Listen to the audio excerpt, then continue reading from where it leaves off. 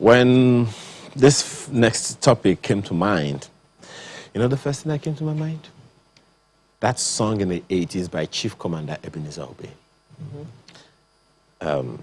Interpreted as, when you take food out of, says, Oúnjẹ bá ti kúrò nínú ìṣẹ́ o, ìṣẹ́ bùṣe.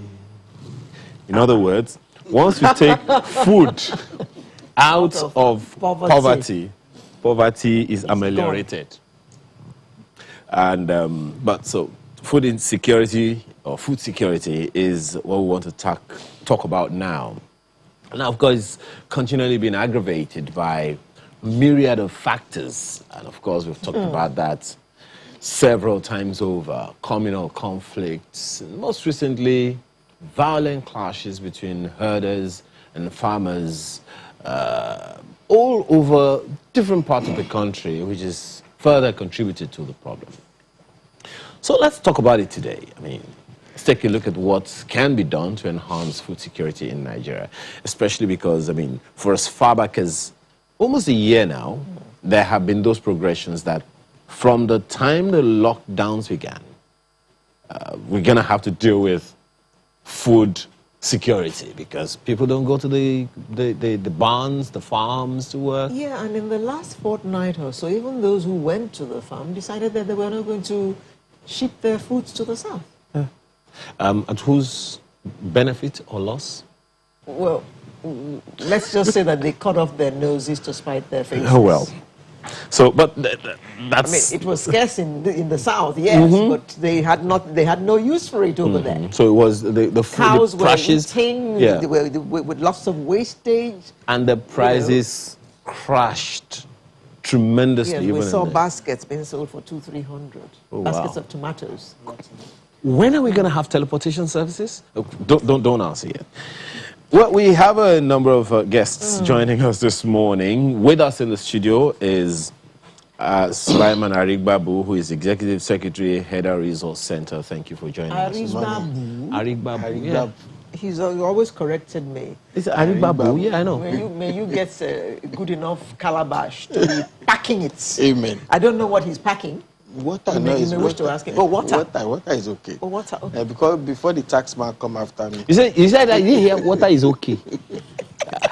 You know, Peter Drucker said, management expert, he said, a lot more is unsaid than is said. Well, we heard the unsaid. We heard the unsaid. Yes. Okay. Well, let's go to our guests joining us in the virtual space. Hajia Amina Balajibrin is President, Association of Small Agro-Producers in Nigeria. She joins us from Bauchi State, you know, the virtual space. Thank you for joining us this morning, Hajia, as well. Thank you so much. Good morning, everyone. Good morning. And we also have Paul Ilona, who is Country Manager, Harvest Plus Nigeria. He joins us from Ibadan. Thank you for joining us this morning, Paul. So let's begin again. Thank you so much.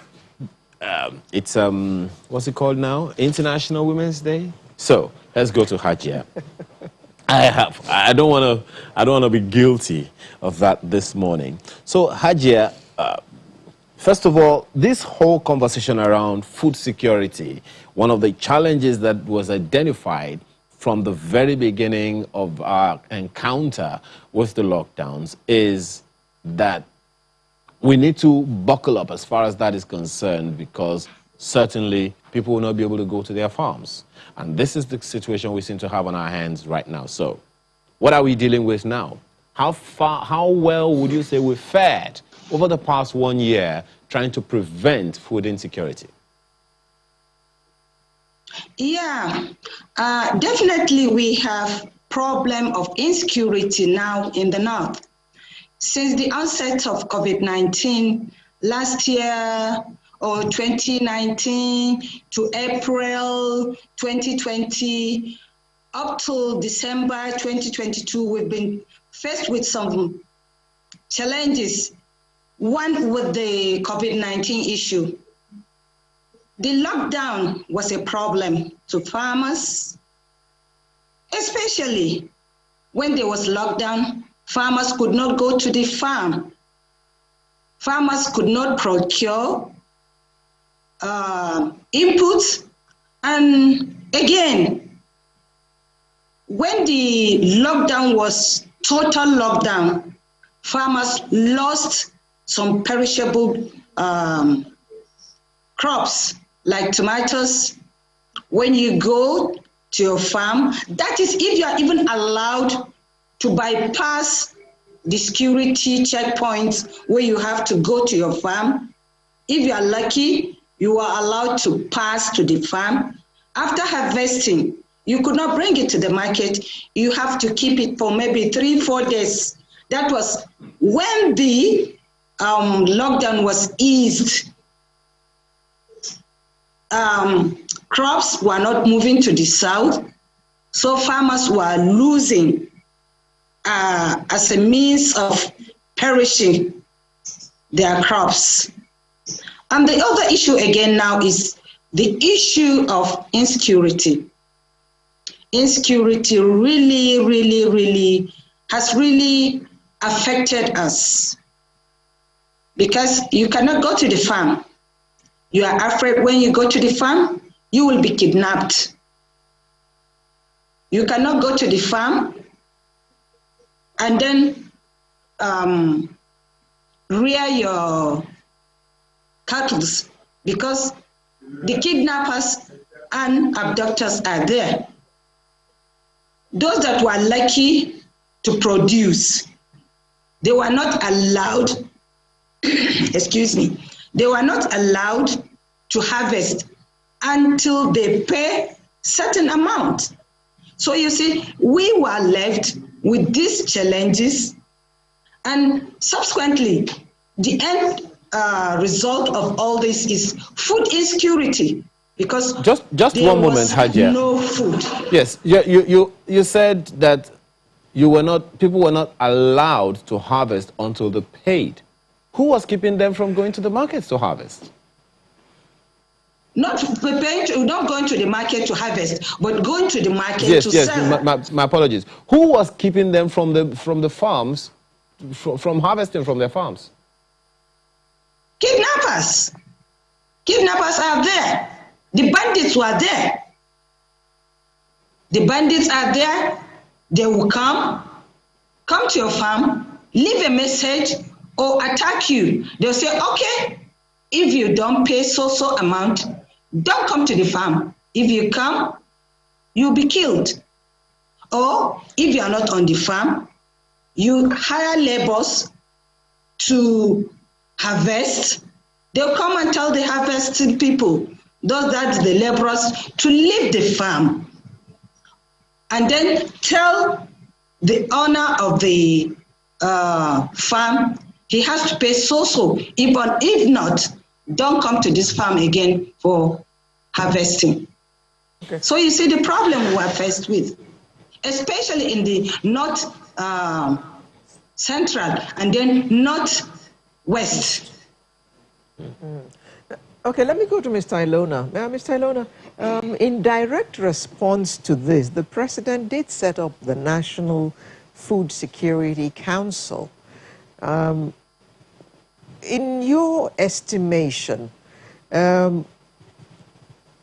has the council been effective in making sure that this issue does not escalate? I would say thank you so much for bringing me on board now. And I must confess that listening to Hajia, any meaningful Nigerian should shed tears. For me, I really don't know how to put this, but I must confess to you that I'm pained. Nigeria is a major agrarian country. It's a major agrarian country. And if you look at the food volume we need every day, I try to do some calculations.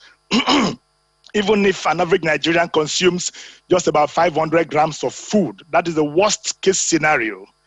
And for 200 million people in Nigeria, then we are looking at about 100,000 metric tons of food that we need. The question is, who produced them? Now, if Nigeria is a major agrarian country, and farmers are willing to go to farms as a business, who will protect them? And so when the issue of addressing food security comes up, and we don't see the authorities, those who have been saddled with the responsibility to ensure that Nigeria is food secure, and you begin to see such lapses that can be easily addressed through policies and through general agreement on what should be accepted and what shouldn't be accepted, we Nigerians should cry for ourselves. Madam spoke about the fact that farmers are not able to go to their farms. There's the kidnap case and all that. Even here in the Southwest, it has been crazy. And I'm very much aware that most of our farmers today, especially those who grow cassava and a few other crops, have complained bitterly about the herdsmen menace and how they could not go to their farms. And the question for us in 2021, in fact, in the cassava sector is, how do we get planting materials for farmers who may want to go back to the fields? So it's a whole network of problems. I was speaking to a colleague of mine, and we were trying to do a more in-depth analysis, because this has come through, there has been a trend. Right now, for some years now, you've seen. I wouldn't say it's been calculated, but my question is, why hasn't it been addressed? Why wouldn't an agrarian country like Nigeria ensure that farmers have an enabling environment to go to their farms? Why wouldn't we just simply ensure that? And now, going from that trend, we're now getting to the point now where even food is blocked from going from one part of the country to another. For me, looking at this, it reminds me of what happened during the Civil War, because this is like a warfare. And once you remove food from a system, then the war is won. And the question for me now is there a war? Is there a problem? Why the aggression? Why would we want to stop what naturally would have made Nigeria to grow to become a big nation that we should be? What is the problem? And so, going back to the question now on Food Security Council, I would not be in a good position, looking at the current scenario, looking at what we have, to say that they've done what they should do. And I feel bad that in Nigeria, we do quite a lot of work on paper. We are very good theorists who hold meetings, we discuss issues. The case of the herdsmen menace have been discussed severally. This case of food blockage have equally been discussed, but we don't have any panacea. There is no paper to say this is what we should do. And I don't know, but for me, I think the Food Security Council has a lot to do if Nigeria is to pick up from how much we've lost so far and continue to grow to become a great nation. But sorry, Yeah. go ahead. Solana, let me bring you in here. Now, I am sure that I'm not the only person who really didn't understand fully this food blockage that we're talking about. What led to the food blockage? Thank you. Of course, we kind of saw that coming, and it's a situation of mutually assured destruction. It will affect us here, and of course, even those who did the blockade saw that it's a foolish thing to have done. And I hope, if indeed they got the money that Governor Yahya Bello is said to have negotiated with them, they should remember that there are traders here who lost all. Because the things that eventually got here could not be sold. So many traders lost a lot of things. So in their sharing formula, you want to see how that money is going to be shared. But truly, there were indeed grievances. And the grievances is not restricted to one side of the country. I do beg your pardon, but please, I am still trying to wrap my head around. You are the one who decided not to sell your goods. Yeah. So why is government paying you compensation? Compensation for what? Okay, so the compensation part is not about the blockade. The blockade is to force the compensation. So they asked for a crazy amount. That's those who said, oh, we lost a lot of lives and produce due to violence down south during the EndSARS and then up to the Shasha incidents and whatever. People were killed. So they then asked for 475 billion naira, like the budget of some states. Now, this is where all Nigerians need to calm down. There's a lot of trade now on all sides. If we are to start to trade compensations, government will as well spend all the 2021 budget on paying compensation. Because people down here also have reasons to ask for compensation. People up north have. So there is a lot of things happening in the country.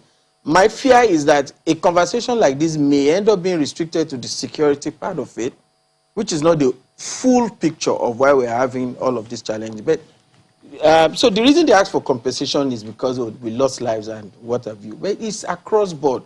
Government needs to help, but the only thing I would like to add is that the reason why we'll continue to have insecurity is because at the end of the day, government will come and help those who have been affected, but those who perpetrated all the crimes will be left to go unpunished. Both up north and down here, people have been involved in violence, in killing, in looting, in destruction of produce, needs to face the music. It's the same thing here in Lagos. You bring a container you want to offload, some people will come with dangerous weapons and tell you, if you open that thing without paying us 500,000, you are in trouble. And you dare not do, even if you bring police, they will ask you, please settle them.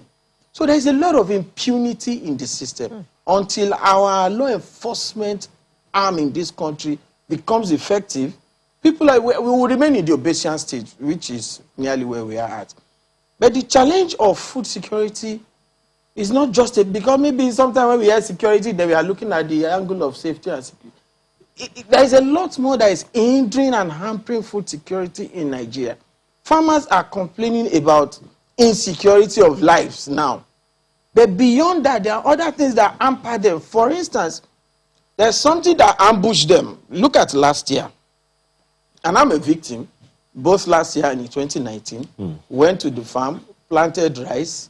In Nasarawa in 2019, too much rain destroyed the rice. So there is also the issue. In 2020, not enough rain destroyed the rice. So it's part of the function, the objectives of the National Food Security Council to look for solutions to climate change. But we'll come to that when we come from this break. Please stay with us.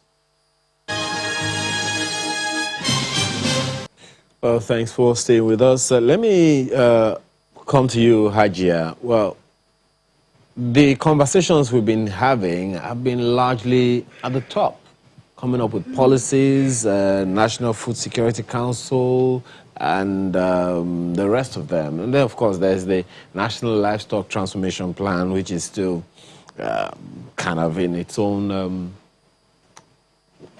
comatose, so to speak, because some people haven't completely understood nor embraced it.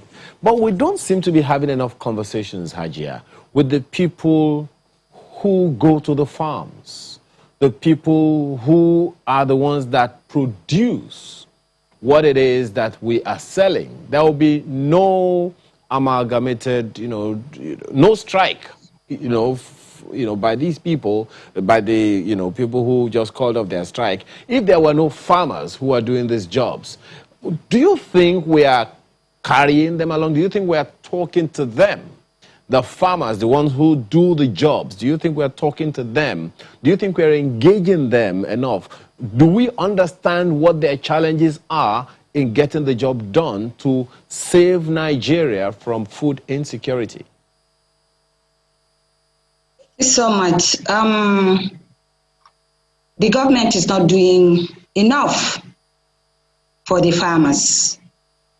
One, the farmer is the one at the receiving end. He's the one producing the food, but his welfare is never taken into consideration.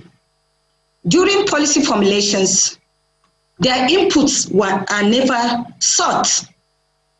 Let me tell you, one single one that I will tell you, the attainment of food security by Vision 2020 of Buhari's administration.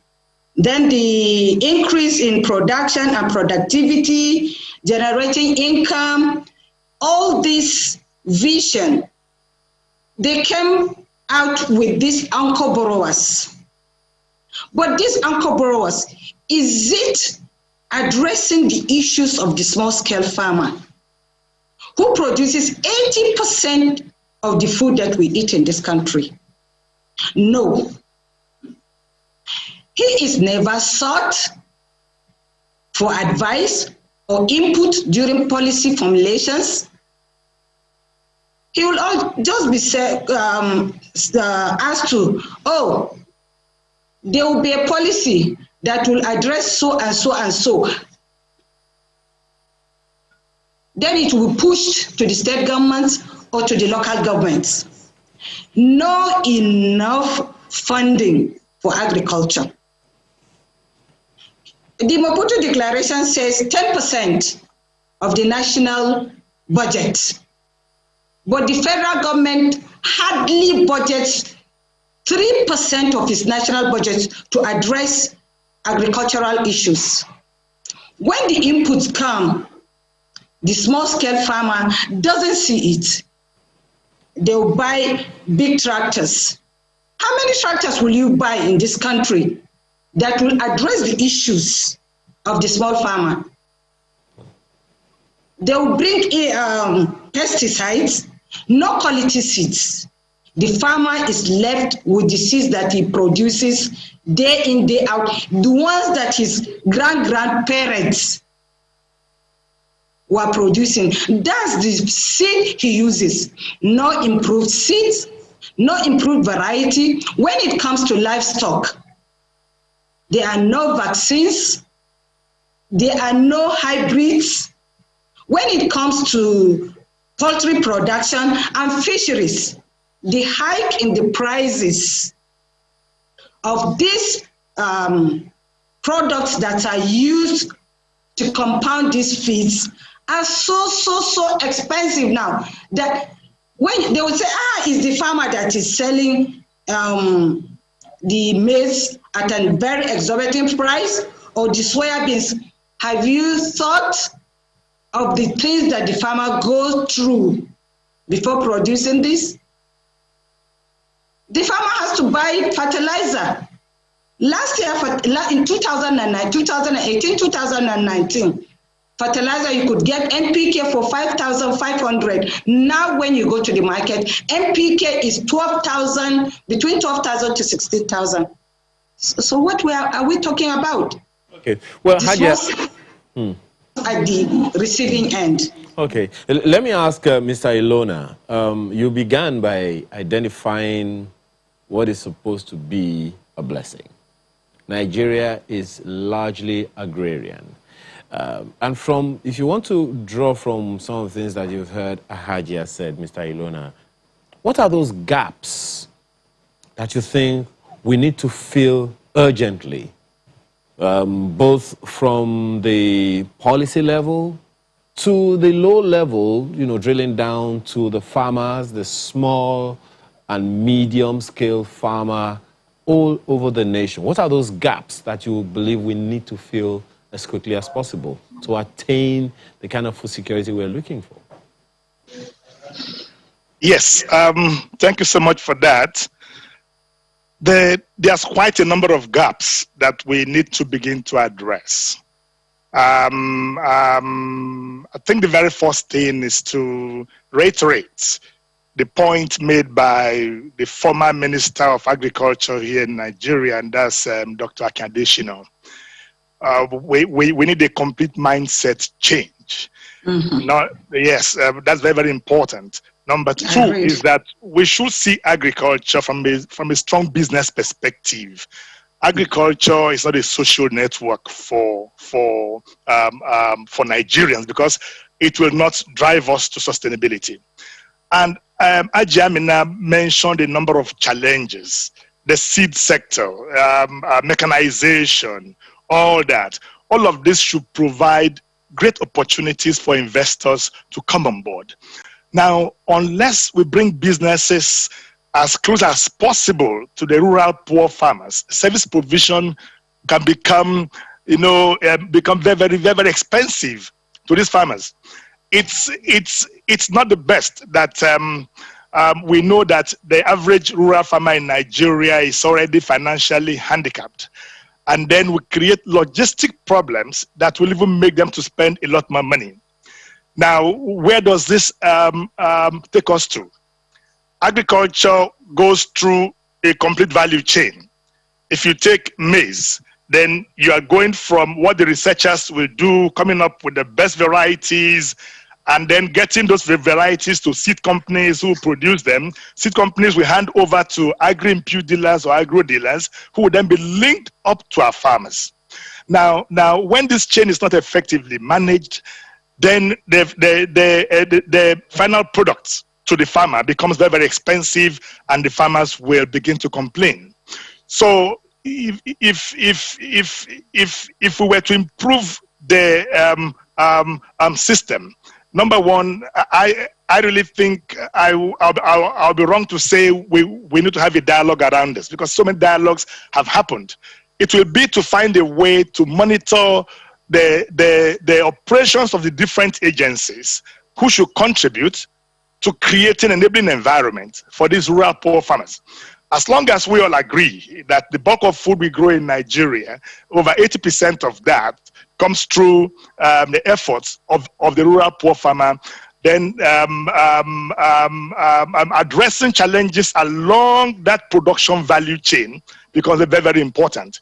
But I'm not a proponent of providing very free services, because they're not sustainable over time. While we can look at subsidies, which is really very good for us, but then we should begin to build into that subsidy some form of sustainability, efficiency, such that it will begin to grow itself with or without government coming through. If you look at other advanced countries, yes, we know government will always have a role to play in agriculture, but business should have a lot more roles to play in agriculture. And for the average farmer, rural poor farmer, what would you expect him to have? Number one is security, that he can leave his home, go to the farm, do his work, assurance that he or she can find cheap services to use. We all know that Nigeria is gradually shifting from being rural to becoming a lot more urban. That's affecting the cost of labor. And so there is no way we can do without mechanization. But mechanization now, if you listen to Ajia, it's not about tractorization. Mechanization can come even in terms of very simple tools that our farmers use. There are some small equipment they can use for planting, that can support them in harvesting. All of this will help us to boost rural agriculture. But for the government, again, because if you find out the challenges that service providers have, they will always link it back to infrastructure. Unless, again, we address the needs for improved rural road networks, improved marketing systems, and then improved pricing systems. And actually, I was about to ask this question earlier on. This food blockage that happened, who is benefiting from it? Is it the farmer, or the union, or a lobby group? I spoke with a friend, and the way he described it is that this is food kidnap, right? Because associated with the kidnap now is a ransom to be paid. So all of this put together will let us realize that we're not just doing the right thing, and nobody is looking at Nigeria that is food secure per se. Everybody is looking at what eventually comes back to me, and when we do that, we are just not going to get there. So there's a lot to be done, and we need to agree. Nigeria first needs to agree that this is an alternative way other than oil for us to grow our GDP. This is the way we should go. And if that is the way we should go, in several meetings, steps to take to achieve growth in agriculture have already been discussed. Okay. Now, Solomon, for years now, you Agric people have been screaming at us that we need to have little patches in our various abodes where we can grow little things which we can, eat. The vegetables here, pepper there, stuff like that. How much do you see that happening? And I'm asking that in light of this food blockade, which some tweets are coming in, and they're saying that it is more political than agriculture, but we'll talk about that as we go along. But isn't this a wake-up call for all of us? If we had that little patch, for instance, maybe we wouldn't have felt the blockage so much. If it had continued for longer, then maybe we would have been able to at least feed ourselves from our little farms in our backyards. So when you look at majority of people residing in Lagos, especially people who live in areas where it's all concreted, it's cemented. Flats. You know, even those who, most people are living in face me, I slap you, and even those who are living in flats hardly have space. So, but of course, little knowledge can help us, and this do not really take care of food security. It takes care of having balanced diet. So there are vegetables that you could plant that that can boost the nutrition of children and adults as well. You could keep some animals like snail that doesn't disturb your neighbor, and it could improve your own access to quality food. But the flip side of this question you've asked is that a state like Lagos that is pressed for land, for instance, and Lagos doesn't want to see itself as an agrarian. Yes, Lagos has a proactive approach in terms of, for instance, going to Kebbi, going to Ogun State, that you have land. But Lagos needs to now come back and, okay, there are other countries that are like Lagos that do not have land, and they are producing food. So the trend now is urban agriculture. It's vertical planting. So people in a space like this studio, planting, yes, in a space like this studio, you could produce much more than you get from an acre of land. How? And this is where the world is. This is why Netherlands, where Israel, this is why they are world feeders in terms of agri-producing. So you have aquaponics, you have aquaculture, hydroponics, where in a place like this, in a controlled environment, on a plot of, this is less than a plot of land anyway, this studio, and you produce much more than you get from an acre because you are able to control, even you grow without sand. Okay, so that's all the whole thing about hydroponics. Especially you grow without even at soil. Even at a time when people are saying GMOs are dangerous. And then we are not talking GMOs. So how do I you plant without sand? I do not advocate for GMOs at all. I think it's something that is bad for our sister, is bad for our health. Organic? But organic, even non-organic, you without can grow sand. Without sand. How? So the system is called hydroponics. Asking for a seminar. Well, because the things you need for the plant to grow, you need sunlight, you need nutrients, you need water. So why the plant needs the soil is to get the nutrients. Yes. You can feed the nutrients through the water. Okay. And as a matter of fact, people are doing livestock based on grasses that they are growing out without, being on the soil. So this is where the world has advanced to. This is why urban agriculture. So you find rooftop spaces, and people are growing so much vegetables from there. Well, so you can grow a whole lot and feed communities. Even so, the South should not be, or Lagos or the Southwest or wherever, should not feel so threatened that, we do not have enough land. Okay. And this is not advocating that we want to, not be dabaru arrangement. Okay, we have to begin to wrap this up now. So, Hajia, what do you want to see within the shortest possible time? You have raised some very serious issues, and for a woman who is also a farmer, who is also into agriculture, that's quite a lot. So, in very few words, 20 seconds tops, what do you want to see in order for us to avoid the challenge of food insecurity? One, I want security in the land, where I can go to my farm, my fellow farmers can go to the farm without fear of being kidnapped or being lynched. Secondly, I want the government to support women farmers with simple farm inputs or technologies that can reduce drudgery and then bring food to the table. Thank you. Mr. Ilona, what would you want to see? You have 10 seconds. It's International Women's Day. Great.